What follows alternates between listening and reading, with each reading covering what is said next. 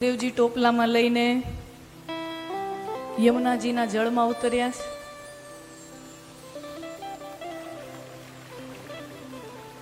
શરૂઆતમાં કેડ સુધીના પાણી છે, ધીમે ધીમે ધીમે ધીમે પાણી વધતા જાય તો ઈ લક્ષ્ય સુધી પહોંચવું છે. વસુદેવજીનું લક્ષ્ય છે નંદબાબાનું આંગણું. લક્ષ્ય સુધી પહોંચવામાં યમુનાજી બાધા બને છે. અત્યારે લક્ષ્ય સુધી પહોંચવામાં યમુનાજી નો જળ પ્રવાહ એક બાધા બન્યો છે અને વસુદેવજી બાધાઓની વચ્ચેથી પસાર થઈ રહ્યા છે. બાધાઓ એટલી વધી ગઈ, અહીંયા સુધીની આવી ગઈ, નથી ઘણા એમ થતા અહીંયા સુધીનો આવી ગયો છે. તકલીફ બાપુ એટલી છે, અહીંયા સુધીનો આવી ગયો છે.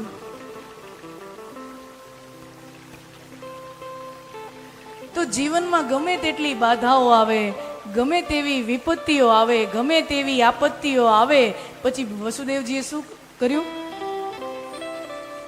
ટોપલામાંથી પ્રભુના જમણા અંગૂઠો યમુનાજીને સ્પર્શ કર્યો અને યમુનાજીએ માર્ગ આપ્યો. એમ જીવનમાં ગમે એવી બાધાઓ આવે, ગમે એવી આપત્તિઓ આવે, ગમે એવી વિકટ પરિસ્થિતિઓ આવે, એ બધી આપદાઓને, બધી આઘાતોને, એ બધી વિપત્તિઓને ભગવાનના ચરણે સમર્પિત કરી દેવી. આગળ જવાના રસ્તા આપોઆપ નીકળી જાય, આગળ પહોંચવાના રસ્તા આપોઆપ મળી જાય.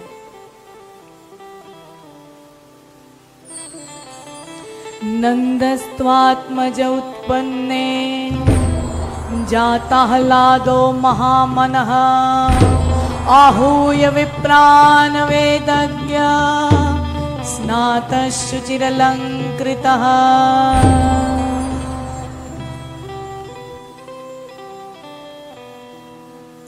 નંદસ્ત્વાત્મજ ઉત્પન્ને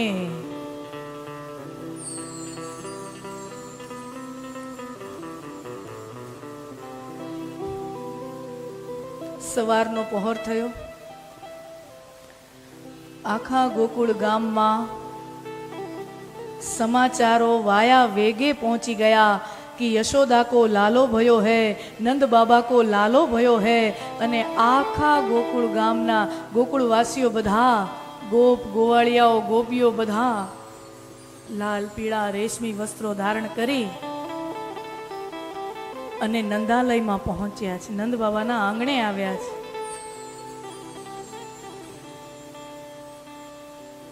અને દસમ સ્કંદમાં હવે સુંદર મજાના 18 શ્લોકો છે, એ નંદોત્સવને સમર્પિત છે. નંદસ્ત્વાત્મજ ઉત્પન્ને, નંદને ત્યાં આત્મજનું પ્રાગટ્ય થયું. આત્મજનો સંસ્કૃતમાં અર્થ, આત્મજ શબ્દનો સંસ્કૃતમાં અર્થ થાય છે દીકરો, પુત્ર.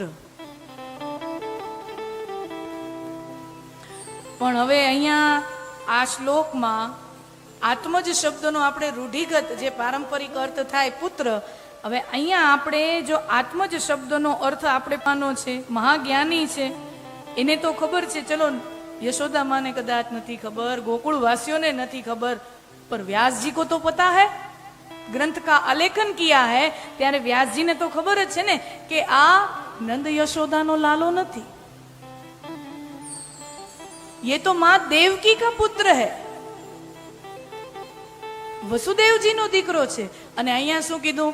नंदस्त्वात्मज उत्पन्ने, નંદને ત્યાં આત્મજનું પ્રાગટ્ય થયું. તો જો રૂઢિગત અર્થ કરવા જાઓ આત્મજનો દીકરો, તો અહીંયા આ ભાવાર્થ બહુ ખોટો ઠરે. પણ સંસ્કૃત ભાષાની મજા એ છે, આપણા શાસ્ત્રોની સમાધિ ભાષામાં લખાયેલા શાસ્ત્રોનો આનંદ, એનો રસ જ એ છે કે આનો વાચ્યાર્થ, વ્યંગ્યાર્થ બધું અલગ અલગ થાય. વાચ્યાર્થ અલગ હોય, વ્યંગ્યાર્થ અલગ હોય. આ સમાધિ ભાષામાં લખાયેલા ગ્રંથો છે. અહીંયા આત્મજ શબ્દનો અર્થ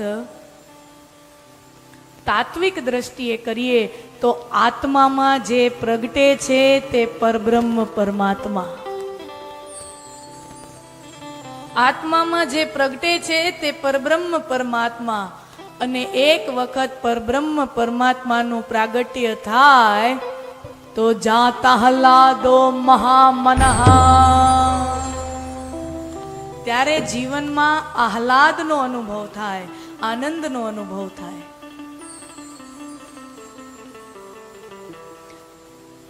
અને આનંદ અને સુખમાં ફરક છે. આનંદ અને સુખમાં ફરક છે.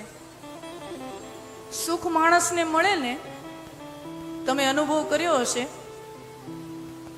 માણા બે પાંદડે થાય પેલા કાંઈ ન હોય, પછી બે પાંદડે થયો હોય, સદ્ધર થયો હોય, આ બધું બરાબર.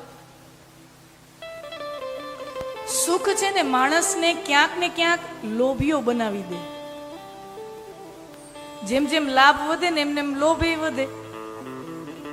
સુખ માણસને ક્યાંક ને ક્યાંક લોભીઓ બનાવી દે. શું કામ?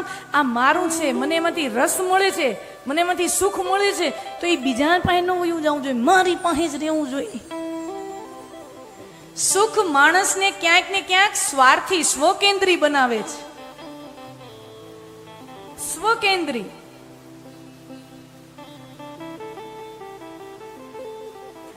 સુખ માણસને સ્વકેન્દ્રી બનાવે. સુખી માણસનો હાથ ટૂંકો થઈ જાય, જીવ ટૂંકો થઈ જાય.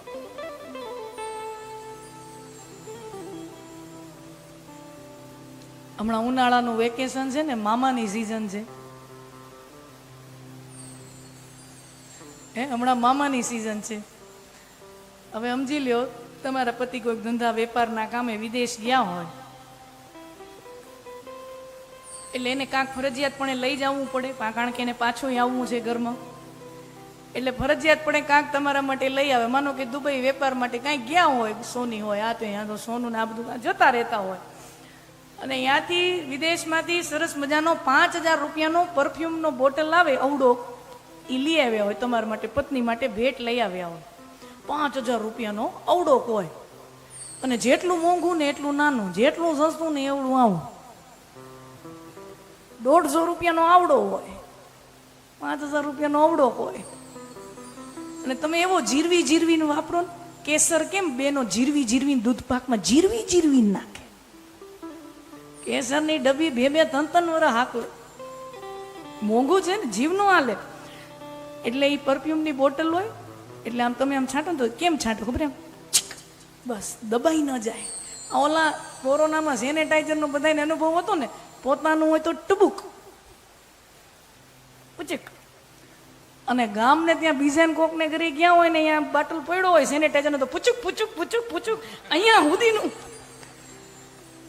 ગામનું છે ને, આપણું ક્યાં છે? આપણું હોય તો પૂચુક, બીજાનું હોય તો ટીચક ટીચક. તો એ 5,000ની બોટલ લઈ આવ્યા હોય તમારા માટે પરફ્યુમની, અને પછી નણંદબાનો ફોન આવે. મામાના ઘરે છોકરાઓને લઈ આવવાનું હોય ને વેકેશનમાં, એટલે નણંદબાનો ભાભીને ફોન આવે, એ ભાભી આ રવિવારે આવું છું, છોકરાઓને રજા પડી ગઈ છે. હે બેનબા, આવો આવો. કેટલા દિવસમાં આવો છો? રવિવારે આવો છો? કેટલા દિવસનું આયોજન છે? ભાભી આવું છું તો 20 દાડા તો રહીશ. આવો આવો, હો આવો આવો, છોકરાને લઈને આવો. એટલે એ ભાભી એ નણંદબા આવે ને એને 2 દિવસનો ટાઈમ મળે, એટલે યુદ્ધના ધોરણે આખી ઘરની શકલ ફેરી નાખે. 2 દિવસમાં મોંઘું મોંઘું મોંઘું જે હોય ને એ બધું એવું અંદર તિજોરીમાં, કબાટમાં એવું ચાવીમાં લોક મારીને એવું હાજવીને રાખી દે, અને સસ્તું સસ્તું સસ્તું માઇલેથી કાઢે બહાર ને. તમે દાંત કાઢો છો એટલે આવું ઘરે થાય છે ખરું, નતર તમને દાંત આવે નહીં. સમજ્યા? આ તમને આટલું હસવું આવે છે ને, એનો મતલબ આવું થાય છે. સાચું ખોટું? હમણાં નહીં કે કેમેરામાં પકડાઈ જાય ને. એટલે મોંઘું મોંઘું હોય ને એ બધું અંદર હાચવી મૂકે એમ ને, અને સસ્તું સસ્તું હોય ને હો બહો વાળું બધું કાઢીને આમ આમ સરસ મજાનું સજાવીને રાખે. અને પછી નણંદબા આવે અને આ બધી એક એક વસ્તુ જોવે. સ્વભાવ હોય, સ્ત્રીઓનો સ્વભાવ આ બધું હોય, મારા ભાઈને ઘરે બધું કેમ છે ના એને બધું જોવે. એટલે બધું જોવે અને 5,000ની બાટલી અંદર રાખી દીધી, 100 રૂપિયાનો પરફ્યુમની બોટલ બહાર રાખી. ભાભી જો તો આ કેવો સરસ છે. હે બેન, તમને ગમ્યું ને? તમે લઈ જાઓ, તમારું જાઓ. સસ્તું હોય ને એમાં માણા ડોળ કરે, તમે લઈ જાઓ જાઓ. અરે જે ગમતું તું, જે મોંઘું હતું એ તો અંદર હાચવીને રાખી દીધું. ये क्या है? માણસને સુખ જેનાથી મળે, એ વસ્તુ હોય કે વ્યક્તિ હોય, સુખ જેને જ્યાંથી મળે એના વિશે માણસ બહુ સ્વાર્થી થઈ જાય, સ્વકેન્દ્રી થઈ જાય. મારી પાસે છે, બીજા પાસે ન વયું જવું જોઈએ. સુખમાં અને આનંદમાં ફરક છે. સુખ મળે ત્યારે માણસનો હાથ ટૂંકો થઈ જાય, અને માણસને જ્યારે જ્યારે જીવનમાં આનંદનો અનુભવ થાય ત્યારે મહામનઃ, માણા મોટા મનવાળો થઈ જાય. સુખ અને આનંદમાં આ ફરક છે. સુખ મળે ત્યારે હું ને તમે લોભિયા થઈ જઈએ, અને જ્યારે જ્યારે જીવનમાં આનંદનો અનુભવ થાય ત્યારે આપણું મન મોટું થઈ જાય, દિલ મોટું થઈ જાય. એમ થાય કે હું શું વાપું,